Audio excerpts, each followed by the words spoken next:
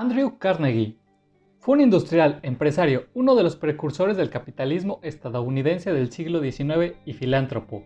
Ayudó a construir la formidable industria siderúrgica norteamericana, que lo llevó de ser un joven pobre a ser considerado a menudo la persona más rica de toda la historia de América, posiblemente aún mayor que la de Rockefeller, valuada en $372.000 millones actuales. Regaló su fortuna a instituciones culturales, educativas y científicas para mejorar a la humanidad. Si quieres saber cómo consiguió el éxito y cuál fue su secreto para amasar tal fortuna, quédate hasta el final de este video. Nació en Dunfermline, una ciudad medieval de Escocia, en 1835. Esta ciudad era el centro de la industria del lino en el Imperio Británico, y el padre de Andrew era tejedor, profesión que esperó que su hijo siguiera. Pero la revolución industrial, que más tarde haría de Carnegie un magnate, acabó con el arte del tejido a mano a través de los telares mecánicos impulsados a vapor, los cuales llegaron a Dunfermline en 1847 e hicieron que cientos de tejedores se volvieran prescindibles. En esa situación difícil, la madre de Andrew tuvo que trabajar para apoyar a la familia abriendo una pequeña tienda de comestibles y reparando zapatos.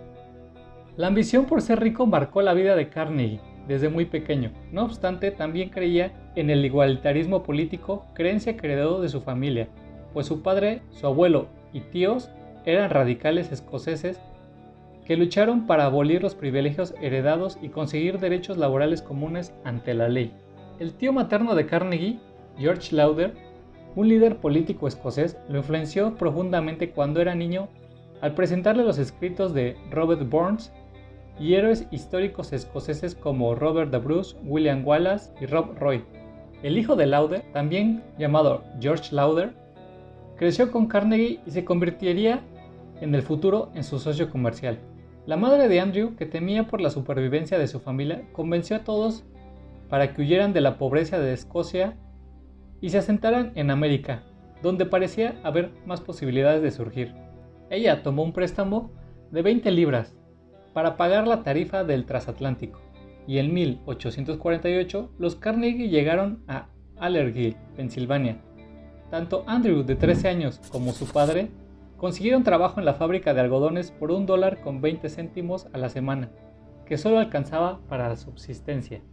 En 1851, Carnegie se hizo telegrafista en la oficina de Pittsburgh de la Ohio Telegraph Company, ganando $2 a la semana.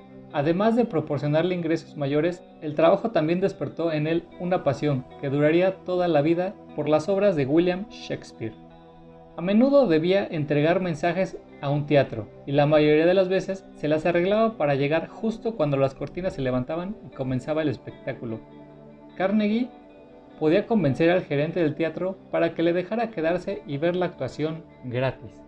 La educación de Carnegie y su pasión por la lectura experimentó un gran impulso gracias al coronel James Anderson, que abría su biblioteca particular de 1000 volúmenes a los niños obreros todos los sábados por la mañana.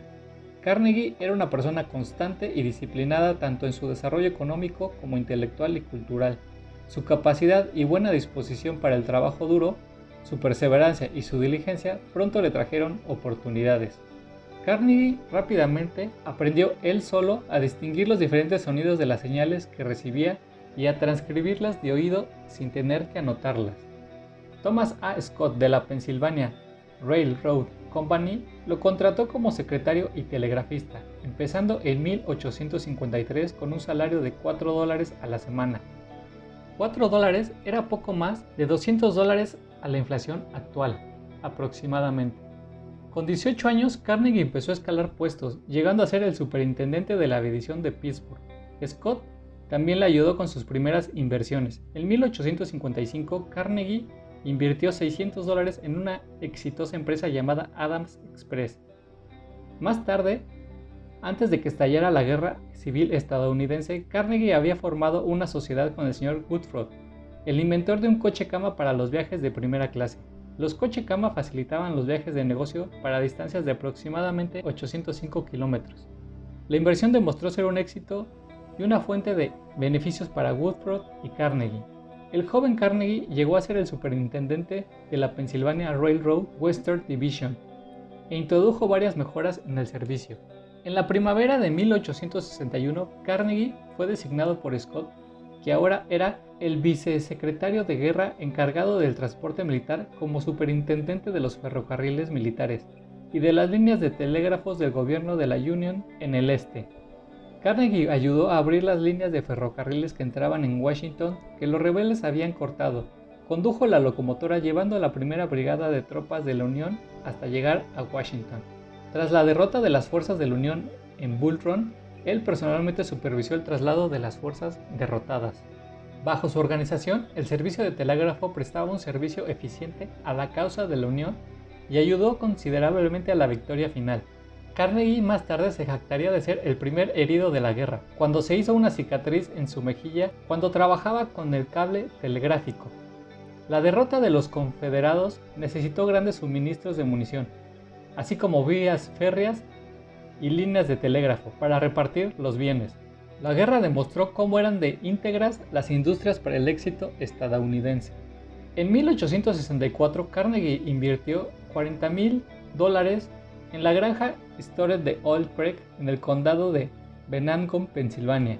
En un año, la granja produjo alrededor de 1 millón de dividendos en efectivo, y el petróleo de los pozos se vendió provechosamente. La demanda de productos derivados del hierro, tales como corazas para lanchas cañoneras, cañones y armazones, así como un centenar de otros productos industriales, hicieron de Pittsburgh un centro de producción durante el tiempo de la guerra. Carnegie trabajó con otros para montar un laminador de acero, aumentar la producción de acero y hacerse con el control de la industria, lo que supondría la fuente de su fortuna.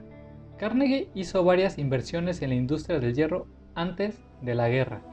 Tras la guerra, Carnegie abandonó los ferrocarriles para dedicar todas sus energías al comercio con las fundiciones de hierro. Carnegie trabajó para mejorar varias fundiciones, finalmente formando parte de The Keystone Bridge Works y la Union Iron Works. Siendo superintendente de la Keystone Bridge Company, Carnegie se dio cuenta de la debilidad de las estructuras de madera tradicionales. Fueron reemplazadas en gran medida por puentes de hierro hechos en sus fundiciones. Su proyecto más visionario en ese momento fue la construcción de 1 kilómetro sobre el río Mississippi para conectar la ciudad de San Luis con el lejano oeste. Antes ya se habían intentado proyectos de puentes en esa misma zona, pero no se llevaron a cabo porque bloqueaban el acceso de los barcos de vapor o simplemente no soportaban la fuerza de las aguas y se caían. Carnegie supo que para poder lograr un puente lo suficientemente alto y resistente, debía utilizar un material más fuerte que el hierro, y pensó en el acero, lo cual fue arriesgado, pues era muy caro y nunca antes se había utilizado para la construcción de infraestructuras.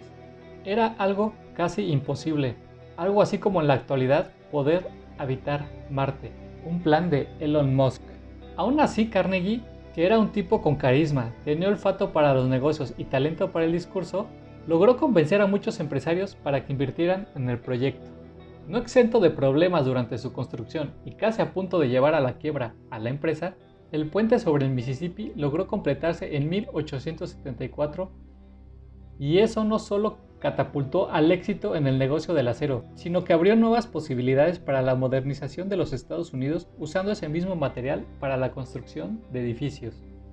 El secreto de los grandes empresarios para amasar sus grandes fortunas es ayudar a los demás.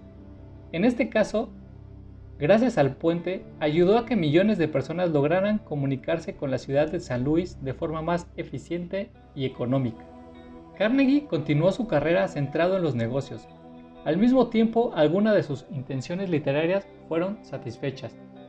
Se hizo amigo del poeta inglés Matthew Arnold y del filósofo Herbert Spencer. A su vez, mantuvo correspondencias y relaciones con la mayoría de los presidentes de Estados Unidos. Se comenta que ayudó a algunos a ganar las elecciones. También mantuvo contacto con estadistas y escritores notables. Carnegie admiraba profundamente a Spencer. Sin embargo, Spencer, que creía en el darwinismo social, pensaba que la filantropía era una insensatez. Carnegie erigió espaciosas piscinas y baños para la gente de su ciudad natal, Dunfermline, Escocia, en 1879. Al año siguiente, Carnegie donó $40,000 para la creación de una biblioteca pública en Dunfermline. En 1884, hizo una donación de $50,000 al Colegio Médico del Hospital Bellevue, hoy parte del Centro Médico de la Universidad de Nueva York, para fundar un laboratorio histórico hoy llamado Laboratorio Carnegie. Carnegie logró amasar una fortuna en la industria del acero, controlando el mayor funcionamiento integrado de acero y hierro nunca antes propiedad de un particular en los Estados Unidos. Una de sus dos grandes innovaciones fue la reducción de costo gracias a la producción en masa de rieles de acero para vías férreas. El segundo fue implementar la integración vertical con todos los suministros de materias primas. A finales de la década de 1880, Carnegie Steel era la mayor fábrica de rieles de acero y coque del mundo, con capacidad productiva aproximadamente de 2,000 toneladas de metal de arrabio al día. En 1888, Carnegie compró la empresa competidora Homestead Steel Works, que contaba con una enorme planta junto con el suministro de carbón y minas de hierro, una larga vía de ferrocarril de unos 685 kilómetros y una flota de barcos de vapor.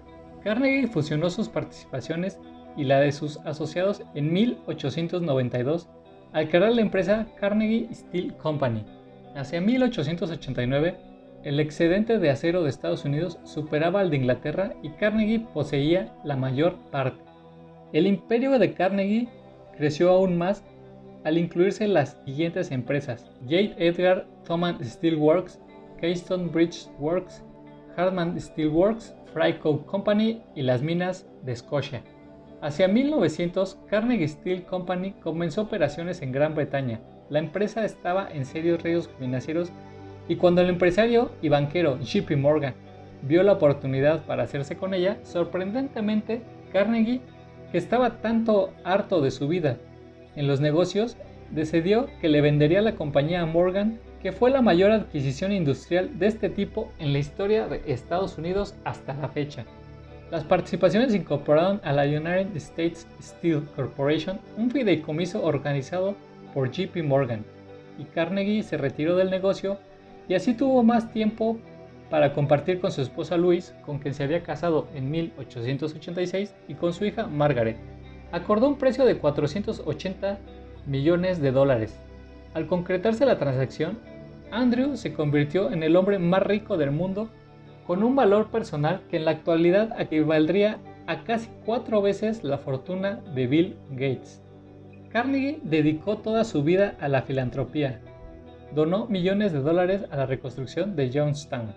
Donó durante la mayor parte de su vida millones de dólares a su causa favorita, la construcción de bibliotecas. Donó aproximadamente el 90% de toda su fortuna. Quería que lo recordaran por el bien que había hecho. Murió en 1919 en Lenox, Massachusetts, a la edad de 83 años, y hasta el día de hoy es recordado como uno de los grandes responsables del impulso a la modernidad. Te dejo aquí una de sus frases más recordadas: capitalismo es convertir lujos en necesidades. Bueno, si te gustó, suscríbete y prende la campanita para recibir notificación cada que se suba un nuevo video, y comenta qué tal te pareció este contenido. Muchas gracias.